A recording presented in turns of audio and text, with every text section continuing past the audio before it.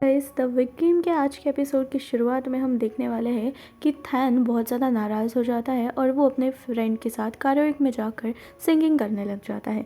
जहाँ उसके सारे फ्रेंड्स उसे देख कर कहते हैं कि आखिर इसे हो क्या गया है, इतने सैड सॉन्ग्स तो ये कभी भी नहीं गाता और उसका मूड भी ख़राब है। जिसके बाद थैन आकर जल्दी से फिल्म को मैसेज करता है अगर उसका मन बदल जाए तो वो उसे लेने के लिए आ सकता है। पर वहाँ पर उसके हाथ कतरा जाता है और वो मैसेज करने से रुक जाता है। दूसरी तरफ हम देखते हैं फिन जेसन के साथ अपना बिजनेस प्रपोजल डिस्कस कर रहा होता है कि तब जेसन उसे बोलता है कि हम जैसा चाहते थे थनावेज वैसा ही चल रहा है, पर लगता है तुमसे ज़्यादा तुम्हारे फादर को चैट पसंद है।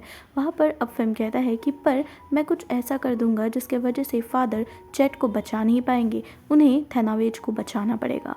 जिसके बाद हम देखते हैं कि दोनों थोड़े इंटीमेट हो जाते हैं, जहाँ पर दोनों भी फ्लर्ट कर रहे होते हैं कि तभी फिल्म को एक कॉल आ जाती है।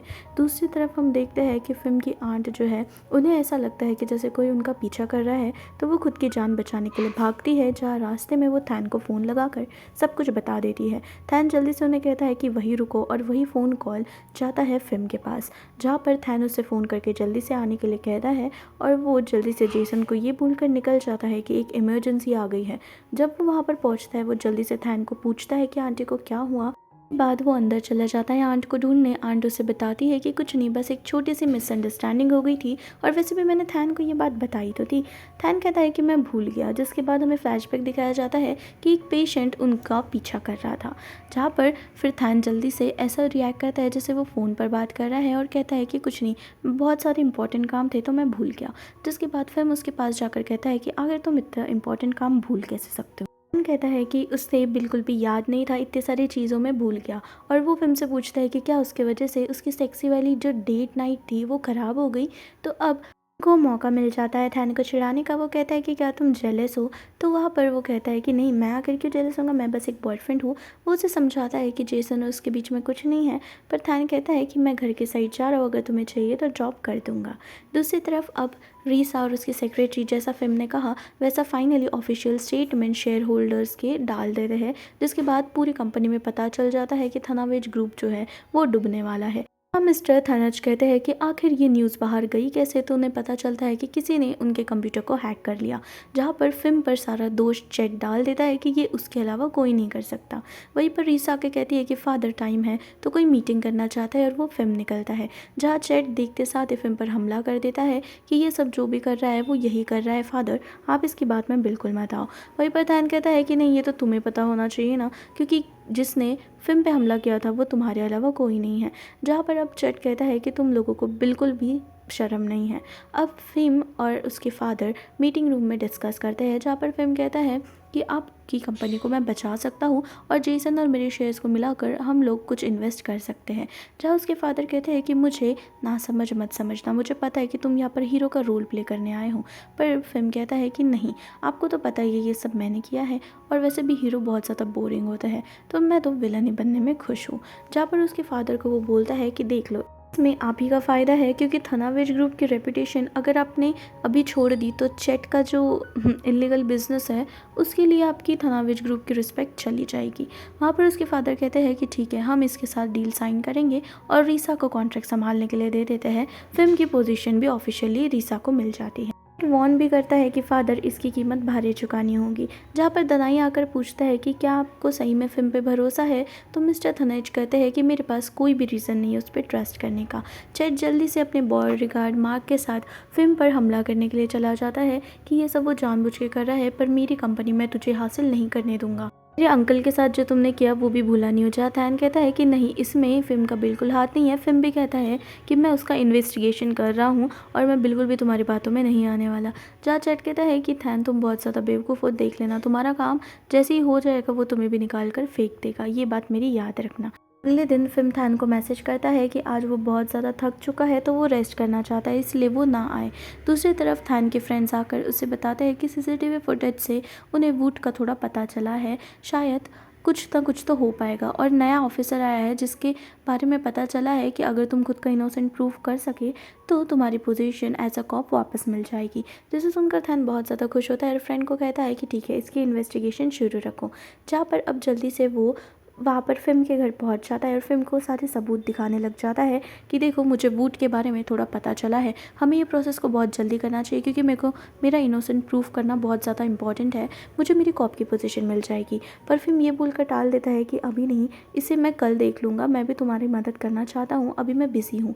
जब वो पूछता है कि क्या काम में बिज़ी है, वही जेसन आ जाता है और थैन ये बोलकर निकल जाता है कि देख लिया मैंने कि तुम कितने ज़्यादा इंपॉर्टेंट काम कर रहे हो। जब फ़िम उसके पीछे भागने की कोशिश करता है तो जेसन उसे वहाँ पर रोक लेता है और कहता है कि आखिर वो किस लिए आया था। जहाँ फ़िम कहता है कि बहुत इंपॉर्टेंट मैसेज के लिए आया था, जहाँ पर जेसन को बिल्कुल भरोसा नहीं होता है पर श्योरिटी फ़िम से मिल जाती है। एन अब क्लब में चला जाता है जहाँ पर उसे ऐसा लगता है कि शायद फ़िम उसका यूज़ कर रहा है। वहीं पर उसे रीसा की सेक्रेटरी मिलती है और वो उससे डिटेल्स लेने की कोशिश करता है तो उसे फाइनली पता चलता है कि ये जो भी कुछ हो रहा है वो सब इलीगली हो रहा है। जहाँ पर उसकी सेक्रेटरी बताती है कि तुम्हें क्या लगा तुम्हारे इनोसेंट प्रूफ करने के लिए इन लोगों के पास बहुत टाइम है, तो नहीं, फ़िम के थ्रू वो कंपनी छीनना चाहती है चैट से, इसीलिए फैंटेलिन का केस सामने लाया, वरना इसमें किसी को भी इंटरेस्ट नहीं है। और वैसे भी अब फ़िम उसके लिए और कुछ नहीं बस एक मोहरा है थानावेज ग्रुप हासिल करने के लिए। तो तुम सोचना, मेरी बात पे गौर फरमाना। हाँ, अब थैन को ऐसा भरोसा हो जाता है कि फ़िम उसे सिर्फ़ और सिर्फ यूज़ कर रहा है और वो शायद कुछ गलत काम में फंस चुका है। दूसरी तरफ मार्क वुड के पास आता है और उसे उसके फैमिली की डिटेल्स देता है कि उसके सन का बर्थडे जो है वो बहुत अच्छे से हुआ। जहाँ पर वुड कहता है कि मुझे वापस जाना है, पर मार्क कहता है कि कुछ दिनों में ही वापस वो चला जाएगा और वैसे भी उसकी फैमिली का ध्यान वो रख रहे हैं और पैसे भी टाइम पे दे रहे हैं, बस कुछ दिन और तुम्हें यहीं पर छुप के रहना पड़ेगा। रीसा की सेक्रेटरी जल्दी से सारी बातें जो थैन के साथ हुई रहती है वो बता देती है। रीसा इस बात से खुश होती है कि उन दोनों के बीच में गलतफहमी होती रहनी चाहिए। जहाँ पर चैट आकर कहता है कि तुम दोनों जो है वो मिस्ट्रेस के सन हो और तुम लोगों को ये कंपनी कभी भी नहीं मिलेगी, तो अपनी हद में रहना। जहाँ पर वो कॉफ़ी का कप फेंक देता है तो रीसा कहती है कि हाँ, मैं तो अभी इस बात का इंतज़ार कर रही हूँ ना कि कब तुम डाउनफॉल आएगा तुम्हारा, क्योंकि फ़िल्म जो है तुमसे अब आगे निकल जाएगा और कंपनी भी वो हत्या लेगा। तो अब तो मैं बस शांति से देखूंगी कि आखिर तुम्हारा डाउनफॉल कैसे ही दिखता है। क्या क्या हो गया, अभी भी तुम यहीं पे खड़े हो, क्यों और बेइज्जती करवानी है क्या? जिसके बाद अब बहुत ज़्यादा गुस्से में आकर वो फिर से फैंटेलिन के इंजेक्शन लेने की कोशिश करता है, पर वहाँ पर उसका बॉडीगार्ड मार्क आ जाता है और उसे कहता है कि नहीं, सब कुछ ठीक हो जाएगा, प्लीज़, अगर किसी को पता चल गया तो बहुत ज़्यादा मुश्किल हो जाएगी। जहाँ पर चैट कहता है कि मुझे अब बहुत ज़्यादा डर लग रहा है क्योंकि ऐसा लग रहा है जैसे कंपनी मेरे हाथ से जा रही है, पर मैं ऐसा बिल्कुल नहीं होने दूंगा। जहाँ मार्क उसे समझाता है कि नहीं, हम इसका बदला ज़रूर लेंगे। दूसरी तरफ थैन अब अपने ख्यालों में रहता है, अपने टेरेस पर जाता है, वहाँ पर कोई तो उसका पीछा कर रहा होता है। वो बहुत ज़्यादा डर जाता है क्योंकि अचानक से पीछे से फ़िम आ जाता है, उसे हक कर लेता है। जहाँ पर फ़िम के आते साथ ही वो बोलता है कि आखिर तुम यहाँ पर क्या कर रहे हो? तो फ़िम उसे एक्सप्लेन करने की कोशिश करता है। तुम जब वहाँ से गए थे तब मैंने जेसन को कुछ काम के सिलसिले में बुलाया था, हम दोनों के बीच में ऐसा कुछ भी नहीं है, तुम्हें मेरी बात मानना पड़ेगा। जिसके बाद थान कहता है कि नहीं, तुम बस मुझे यूज़ कर रहे हो, है ना?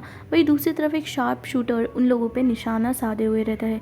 जैसे ही उसका गलत निशाना लग जाता है, थैन बहुत सतर्क हो जाता है और जल्दी से वो दोनों छुप जाते हैं। जहाँ पर यह हमला और किसी ने नहीं बल्कि चैट के साइड से ही हुआ है, जहाँ पर उसके बॉडीगार्ड का भी इन्वॉल्वमेंट होता है और फ़िल्म जल्दी से वहाँ से निकलने की कोशिश करती है खुद को प्रोटेक्ट करने की। वहीं पर दनाई आ जाता है और कहता है कि मैं यहाँ पे तुम्हें बचाने आया हूँ, मिस्टर थनावेद जल्दी से तुम लोगों को बुला रहे हैं। जिसके बाद जल्दी से हम एक ऑफिस का सीन देखते हैं जहाँ पर मिस्टर थनावेद सबको मार रहे होते हैं, जहाँ पर मार्क और चैट की पिटाई हो रही रहती है। तो चैट कहता है कि नहीं, मार्क को छोड़ दो। तब उसके फादर कहते हैं कि तुमने फ़िल्म पर पहले भी हमला किया, मैंने कुछ नहीं किया, पर अब फ़िल्म मेरे बहुत काम की चीज़ है और थनावेज ग्रुप को मैं तुम्हारे वजह से डूबने नहीं दूंगा, तुम दोनों को इसकी सज़ा मिलेगी।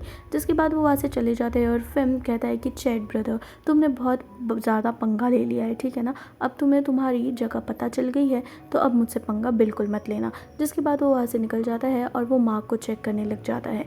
दूसरी तरफ जल्दी से थैन फ़िल्म को मलहम लगा के देता है और ये बात देखते साथ ही फ़िल्म कहता है कि अभी तो तुम मेरी मदद कर रहे हो, इसका मतलब तुम मुझसे गुस्सा नहीं हो।